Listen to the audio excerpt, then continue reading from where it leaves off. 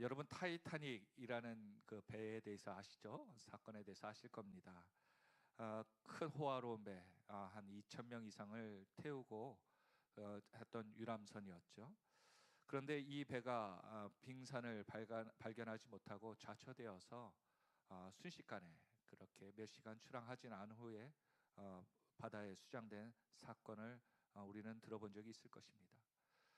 그때 그 사건에 대한 기억을 경고를 또한 사건을 기억하기 위한 박물관이 지어졌다고 합니다. 그래서 그곳에 가면 특이하게 앞에 사람들이 그 옆에 한 켠에 이 그릇 같은 대야 같은 곳에 물이 담겨져 있대요. 그리고 그 앞에 이렇게 글이 써 있다고 합니다. 한 10초 정도 손을 담가 보세요라고요. 사람들이 대부분 손을 넣으면 한 2초, 좀 길게는 6초 정도 성인 남자들이 손을 내고 아차고 하면서 뺀다고 합니다. 그 내용은 뭐냐면 그때 북대서양 그 찬바다에 많은 사람들이 물에 빠졌을 때 죽은 사인이 이 추위, 찬 물 때문에 온도가 저체온증으로 많은 분들이 운명을 달리하셨다는 거죠. 사고를 알고 있어도 모르고 있어도 어떻게 사람들이 운명을 달리하는가. 그때 죽었던 분이 1,514분이라고 합니다. 약 1,500명이 운명을 달리하셨다고 하고, 또한 구조된 분들도 한 700명에서 800명 정도의 그러한 분들이 구조되었다고 하죠. 이 모습을 사건을 보면서 우리나라에도 가슴 아픈 사건이 있었죠. 안산 지역의 세월호 사건.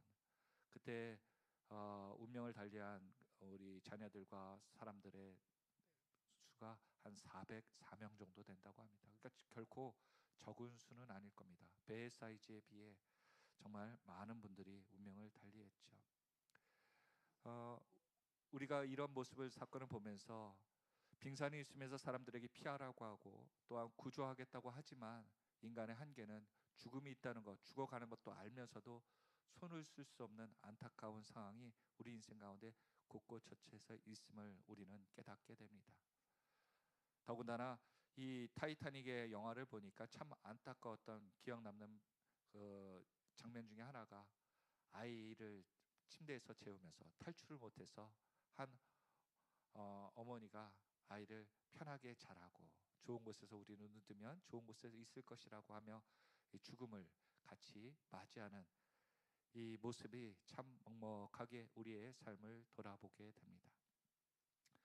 지금도 세계 각지에서는 어느 순간인가 우리 머리 위에 미사일이 떨어질지, 어느 순간인가 우리가 전쟁 가운데 있을지 우리는 확신하고 자신할 수 없습니다.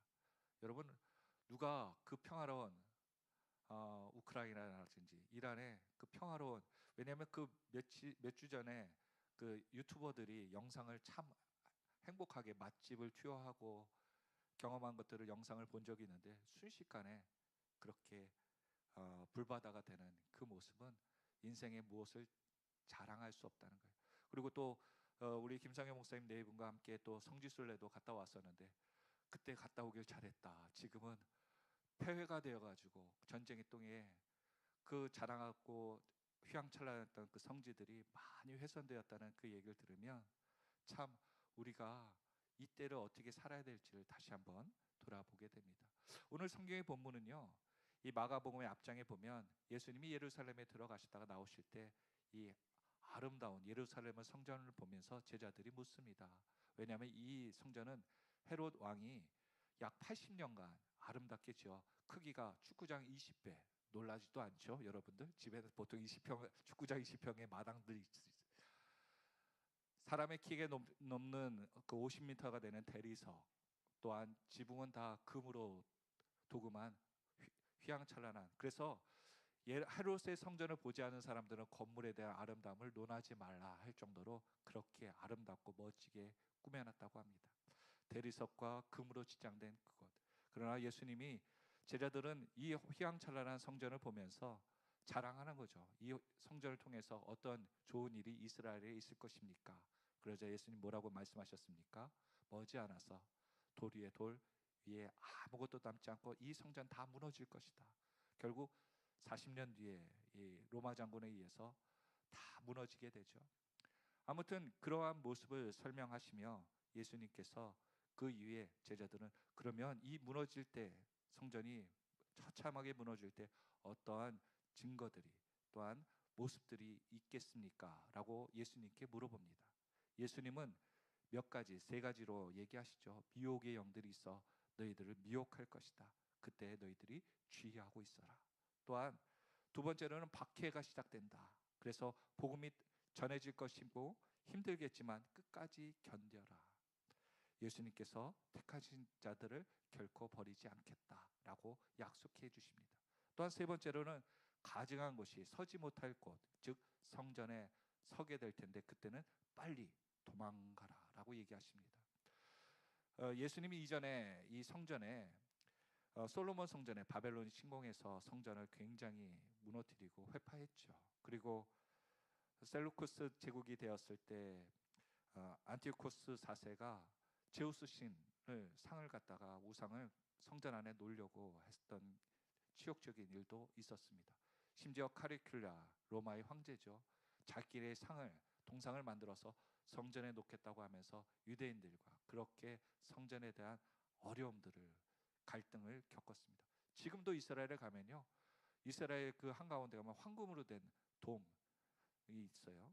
가보니까 이슬람의 성지라고 얘기하더라고요. 성전이 예루살렘 한가운데 딱 서 있더라고요.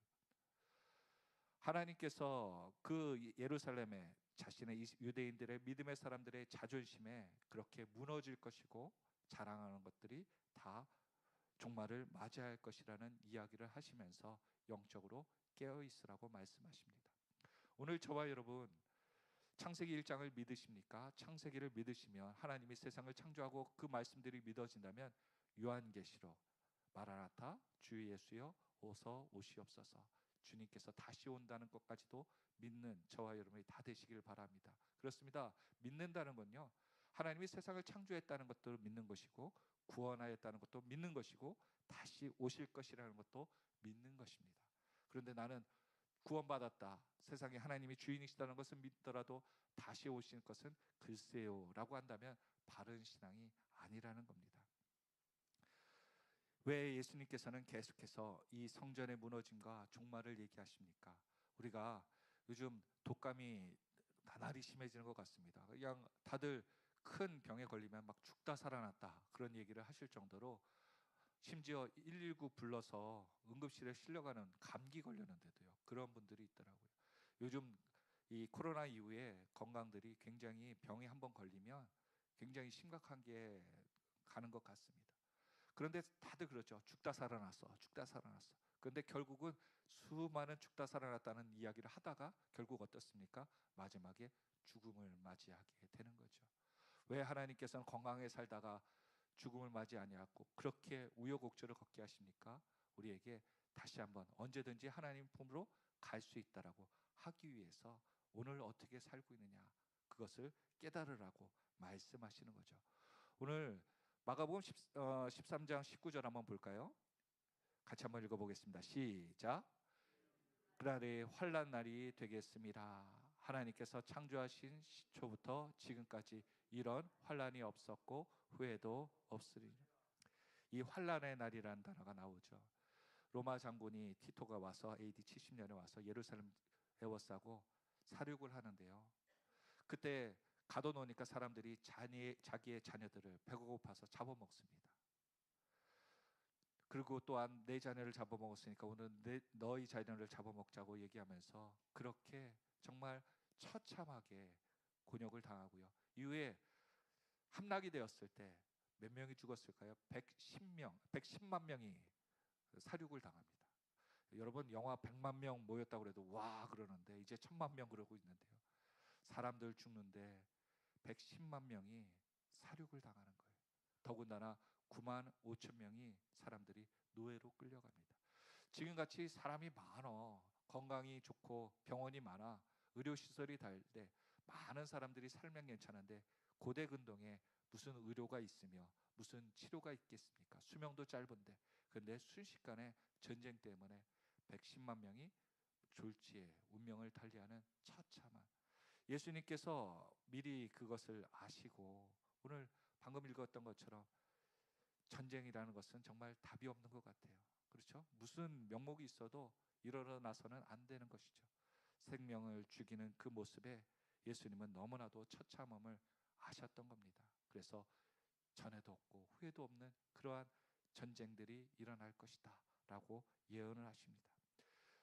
우리는 이런 생각하면 다 죽고 이제 소망이 없을 것이라, 모든 것이 없어질 것이라는 소망이 없어지는 그 모습이 있을 때 예수님은 그 다음 20절에 이렇게 말씀하십니다. 같이 읽겠습니다. 시작. 만일 주께서 그날들을 감하지 아니하셨더라면 모든 육체가 구원을 얻지 못할 것이거늘 자기가 택하신 자들을 위하여 그날을 감하셨느니라. 오늘 성경에 보니까 택하신 자들이라는 단어가 나오며 그 어려움들이 길게 이어지지 않도록 하나님께서 역사에 개입하신다는 거예요. 여러분, 지금 우리 삶 가운데 돌아보면요, 이러한 모든 환난, 전쟁들 누구 때문에 일어난 거예요? 그렇죠, 인간 때문에 일어난 겁니다. 하나님이 전쟁하라고 해서 한 것이 아니라 인간의 탐욕, 인간의 목적, 인간의 또한 자기 살려고 다른 사람을 죽이는 그런 것들이 전쟁 아니겠습니까? 근데 그걸 누가 끝낼 수 있어요? 사람이 못 끝내더라고요.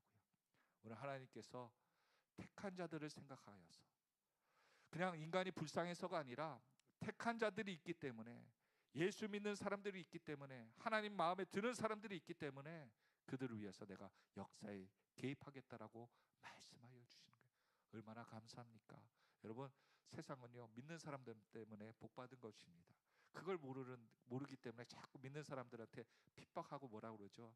그러나 여러분, 저는 그런 얘기를 했어요.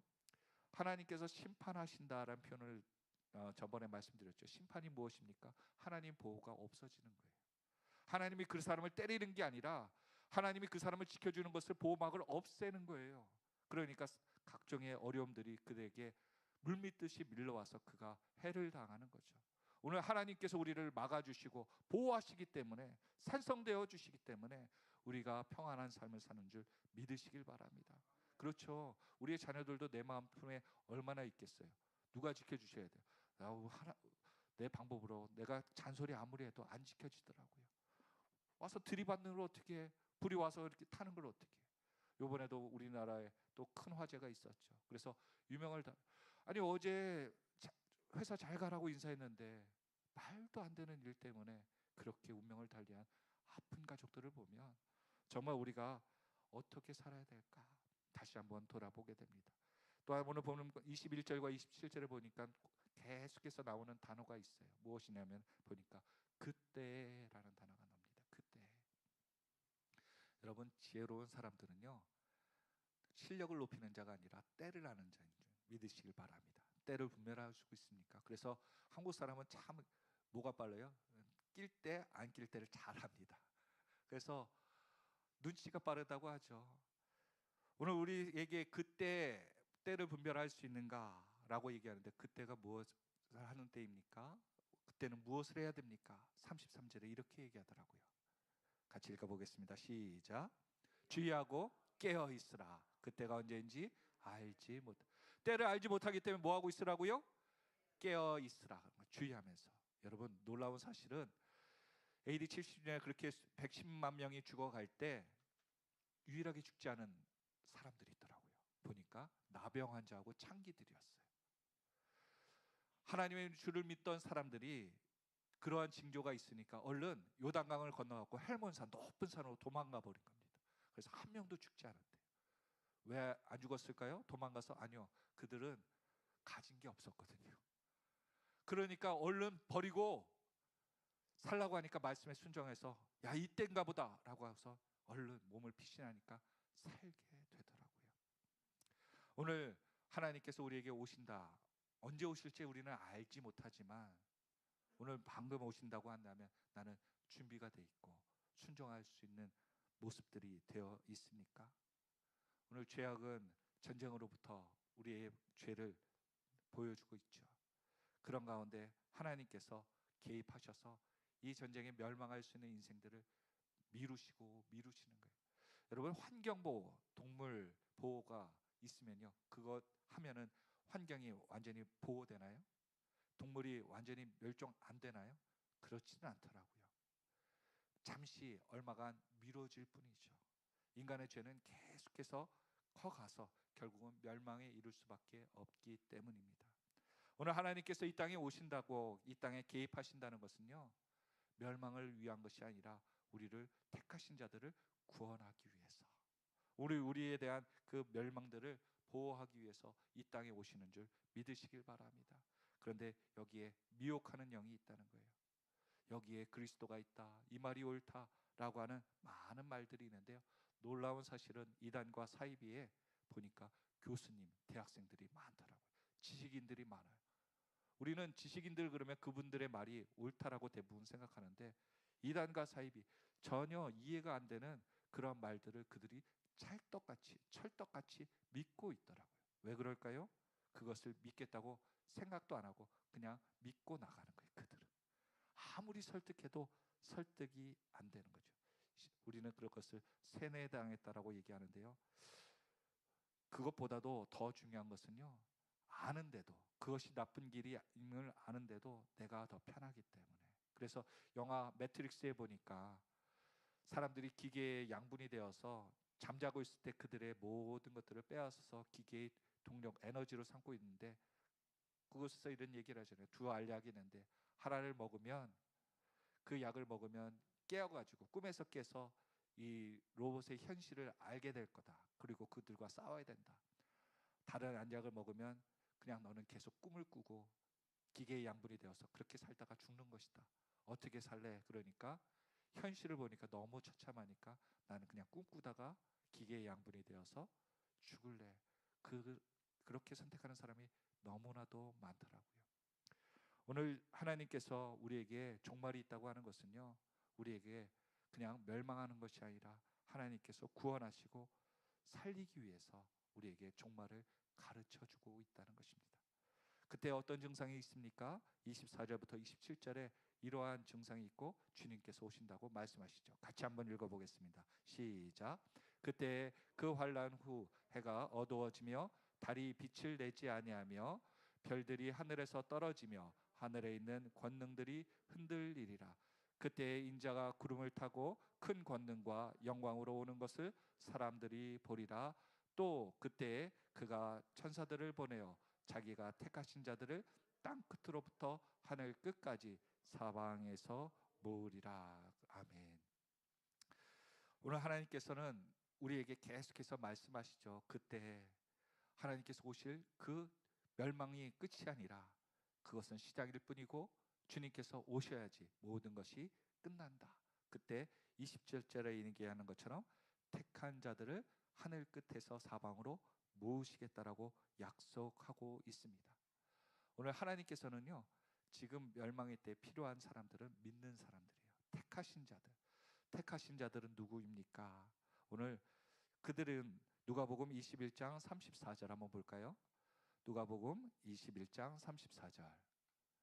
예, 계속 넘겨주시면 34절 나옵니다. 예, 같이 한번 읽어볼까요? 시작. 너희는 스스로 조심하라. 그렇지 않으면 방탕함과 술 취함과 생활의 염려로 마음이 둔하여지고 뜻밖의 그날이 덫과 같이 너희에게 임하리라. 그대로 띄워주세요. 말세 종말에 있을 때 어떤 일이 벌어집니까? 방탕함과 술 취함과 생활의 염려가 일어난다는 거예요. 여러분, 방탕은 뭐예요? 내 마음대로 하는 거예요. 내가 옳다고 얘기하는 거예요. 내가 기준이 되는 거예요. 내 목소리가 크다고 외치는 거예요. 그러니까 기준이 어떤 정확한 명확한 기준이 없고 다 내가 옳다, 내가 옳소이다라고 얘기하는 거예요. 또한 술 취함, 무엇인가 미쳐 있다는 거죠. 정신의 이성적인 것을 차리지 못하고 본능대로 살아가는 그 모습이죠. 또한 생활의 염려, 생활에 마음을 두니까, 하나님께 마음을 두지 않으니까 자꾸 염려하고 근심과 걱정이 있어요. 불안해. 그런데 이러한 모든 것이요, 우리에게 어떤 영향을 미칩니까? 다음에 보니까 마음이 둔하여지고, 마음이 둔해진다는 거예요. 분별하지 못하고 깨어있지 않으니까 자꾸 사람들이 세상을 분별하지 못하니까 자꾸 잘못된 선택을 하며 살아간다는 거예요. 그래서 35절 누구에게 임합니까? 모든 사람에게 똑같이 이런 종말의 증상이 일어날 것이다. 그때 36절에 이렇게 말씀하시죠. 같이 읽습니다. 시작. 이러므로 너희는 장차 올 이 모든 일을 능히 피하고 인자 앞에 서도록 항상 기도하고 깨어 있으라 하시리라. 아멘. 그대로 띄워주세요. 우리에게 깨어 있는 것이 어떻게 깨어 있는 거예요? 항상 기도함으로 깨어 있으라는 거예요. 기도하고 깨어 있는 사람들은 하나님 앞에 서고 모든 일들을 피할 수 있다라고 성경은 우리에게 말씀하여 주십니다. 죄에 대한 태도, 나는 어떻습니까? 요즘 내가 죄를 짓는 것에 대해서 철저하게 마음 아파하고 있습니까? 말, 생각, 행동. 하나님이 택한 자들은 누구일까요? 죄에 대해서 반응하는 자들 아닐까요? 또한 세상에 빠져서 식욕과 성욕과 물욕에 빠져 내가 욕심대로 사는 그 인생이 아니라 하나님이 얼마나 원하시는지를 내가 회개가 회복되고 있습니까? 그래서 내가 회개의 기도를 얼마나 하고 회개의 눈물을 얼마나 흘렸습니까가 나의 신앙의 현주소인 것 같습니다. 소돔과 고모라 땅에 여러분 멸망한다라고 예수님 말씀하셨어요. 창세기에 보니까. 그런데 천사들이 와서 그 가정을 살리고 그 사람들의 믿음의 사람들을 살리고자 애썼는데 모든 사람들이 그것에 대해서 반응하지 않습니다. 너무나도 답답한 롯은 창세기 19장 14절에 이렇게 얘기합니다. 같이 읽어볼까요? 시작. 롯이 나아가 그 딸들과 결혼할 사위들에게 말하여 이르기를 여호와께서 이 성을 멸하실 터이니 너희는 일어나 이곳에서 떠나라 하되 그 사위들은 무엇으로 여겼다고요? 농담으로 여겼다. 여러분 교회에서 설교가 어떤 때는 목사님 지금 아닙니다. 조금 더 있으면 나 죽은 다음에 일어나십시오 라고 할 수 있어요. 그러나 여러분 지금이라면 이것이 농담으로 들리겠습니까? 말씀을 맺습니다. 주님이 이 종말의 때 우리에게 확인하고 싶은 게 있죠. 너 나를 사랑하느냐? 내 말을 믿느냐? 라고 물어보시는 거예요. 그래서 우리는 주님이 언제 오시든지 준비된 신부, 신랑된 신부를 맞이하는 신랑 되신 예수의 맞이하는 거룩한 신부가 되어서 우리가 말씀을 지키고 매일매일 주님 앞에 불러도 나갈 수 있는, 맞이할 수 있는 우리의 모두가 되기를 예수 그리스도의 이름으로 부탁드립니다.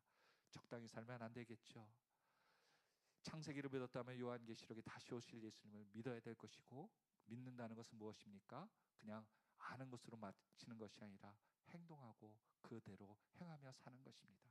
마치 나병 환자와 창기들이 그때를 분별하여 살았던 거고 행동했던 것처럼 오늘 저와 여러분에게도 우리가 말씀을 계속 보며 깨어서 기도하며 이 시대의 어려움들을 잘 이겨나가 낭망하고 낙심하는 삶으로 사는 것이 아니라 미래를 준비하며 희망되게 살아가는, 또한 감사하게 살아가는 저와 여러분들이 다 되시기를 예수 그리스도의 이름으로 축원드립니다. 기도하겠습니다.